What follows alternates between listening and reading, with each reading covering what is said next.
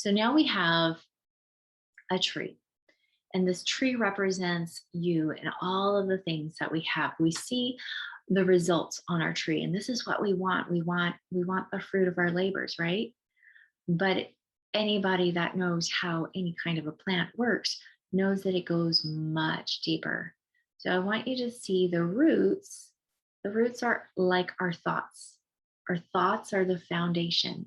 They begin to take when they take root, then you start, only then can you create something. What we create are the feelings. From our emotions, from our thoughts, we create the emotions and the feelings. That's like the trunk.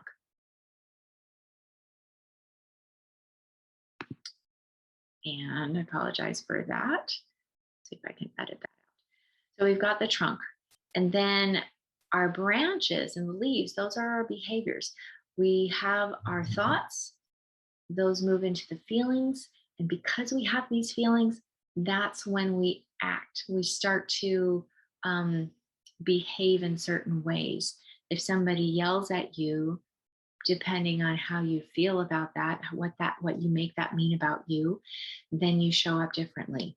You behave either docile and protective, and you shut down. That's the fight or flight. So the flight would be you shut down, you make yourself small, you don't want to be seen. Or you go the opposite direction, you act out and you're angry and you're aggressive. Either way, it never started there. Your behaviors are always going to come back down the root system to find where the thought was. And then after you have these behaviors, we see the fruits of our labor. We get the results. We get the results in damaged relationships or healthy relationships. Which one do you want? We get the results of financial gain or financial blocks or stagnancy. Which one do you want? We see the results in happy, healthy relationships, or we see ourselves as separate and not worthy of relationships. Which one do you want? What do you see? How do you see yourself? What we want to see is reality as it is, not something more, not something less.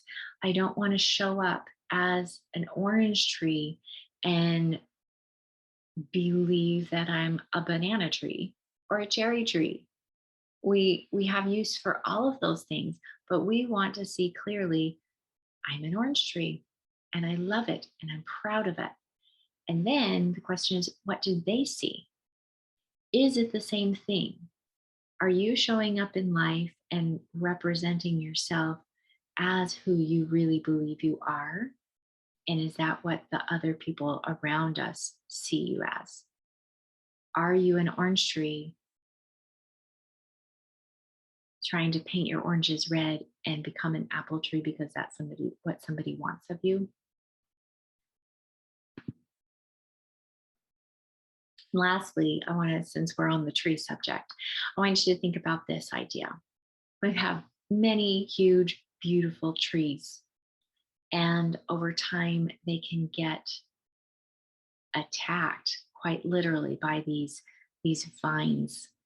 The vines that can be beautiful themselves. They can seem beautiful. They can seem the way they crawl and support and add more greenery, but they're leaching the life from this tree.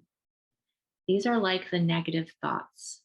We have who we are. We're these beautiful, magnificent creatures, entities, souls, humans, whatever you want to see yourself as. And then we add negative thoughts. Those are like the vines that are wrapping around, choking out, and covering up who you actually are. They're hiding who you are. And over time, if you look at this one in the middle, it kind of kills the actual tree.